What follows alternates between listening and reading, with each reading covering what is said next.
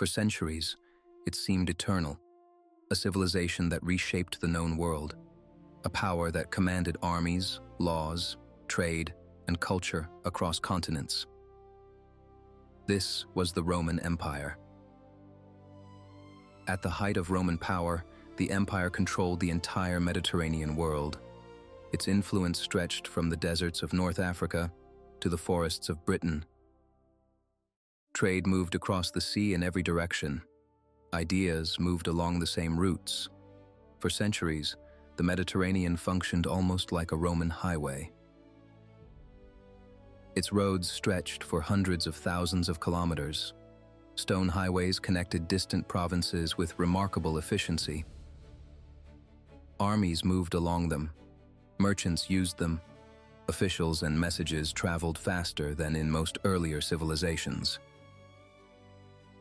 Roman cities became centers of administration and commerce. Some held populations larger than Europe would see again for many centuries. For generations, Rome appeared unstoppable. Invaders were defeated. Rebellions rarely lasted long against the Roman military machine.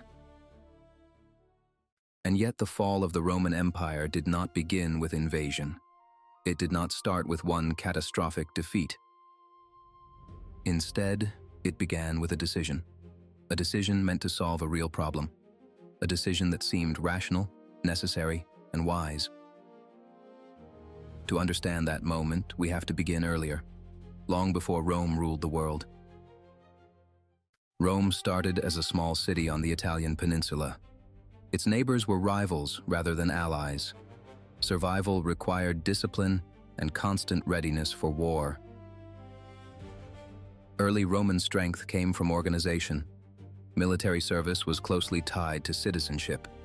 Victories brought land, wealth, and political influence to those who fought.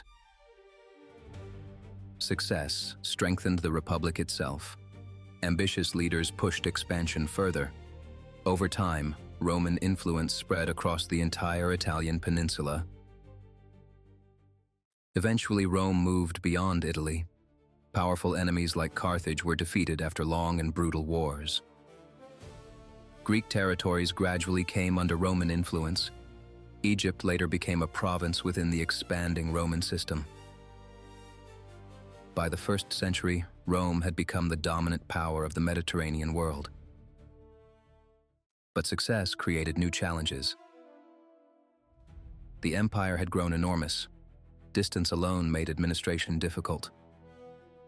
Orders could take weeks to reach the frontier. Armies often had to react to danger without waiting for instructions from Rome. The borders themselves stretched across deserts, mountains, rivers, and forests. Defending them required a massive military presence. At the same time, political stability began to weaken. Emperors rose and fell with alarming speed. Civil wars became increasingly common.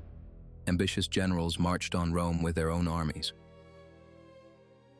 During the 3rd century, the crisis deepened dramatically. Dozens of emperors ruled for only months before losing power.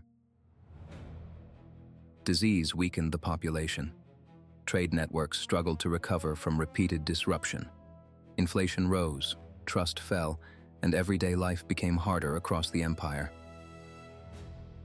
For a moment, the empire seemed close to collapse.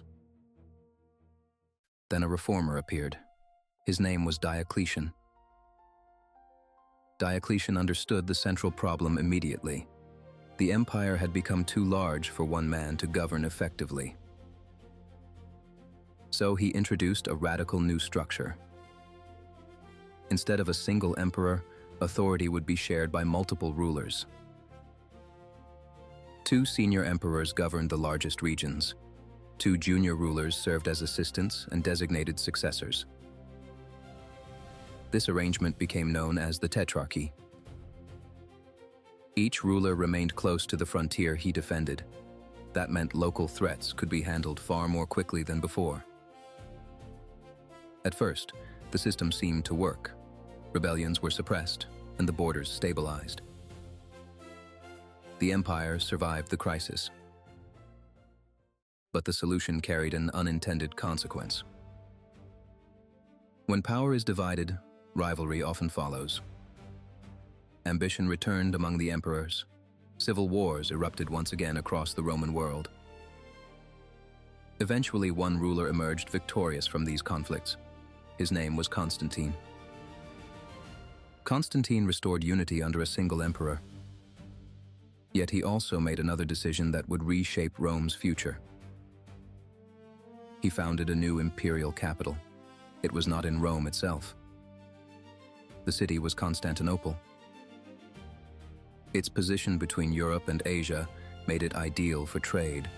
Its surrounding geography also made the city far easier to defend. The eastern half of the empire flourished under this new center of power. Trade expanded, and cities remained prosperous. Its tax base remained stronger, and its government stayed more connected to long-distance commerce. The western half faced a different reality. Economic pressure increased, while populations declined. Migration along the frontiers created constant instability. New groups moved across Roman borders in search of land and security. The Roman military struggled to respond effectively. Resources were stretched thin across the enormous frontier. Regional commanders became more important than distant emperors. Local survival mattered more than imperial unity. Gradually, the Western Empire weakened. Cities shrank in size. Trade networks declined across many provinces. Military loyalty became harder to secure, especially when local commanders controlled the troops. Rome itself was even sacked during the 5th century. Those shocks shattered the old image of Roman invincibility. In the year 476, the final Western Roman emperor was removed from power. The empire in the West had ended. But the Eastern Empire survived.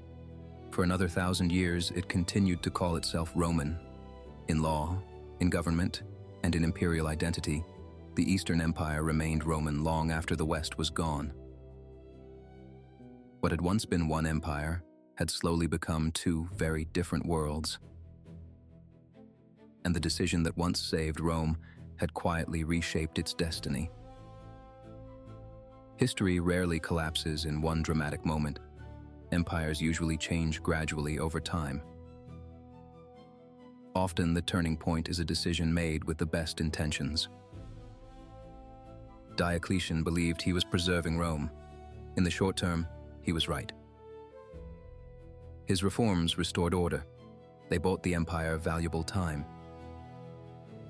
But they also changed how Roman power functioned. Over generations, that shift mattered more and more. What seemed like a practical reform slowly altered the empire's internal gravity. That change was gradual, subtle, and easy to miss at first. And that is how the Roman Empire began its long transformation. It did not end with one final battle. It was not decided by one catastrophic defeat. In the end, it came down to a decision.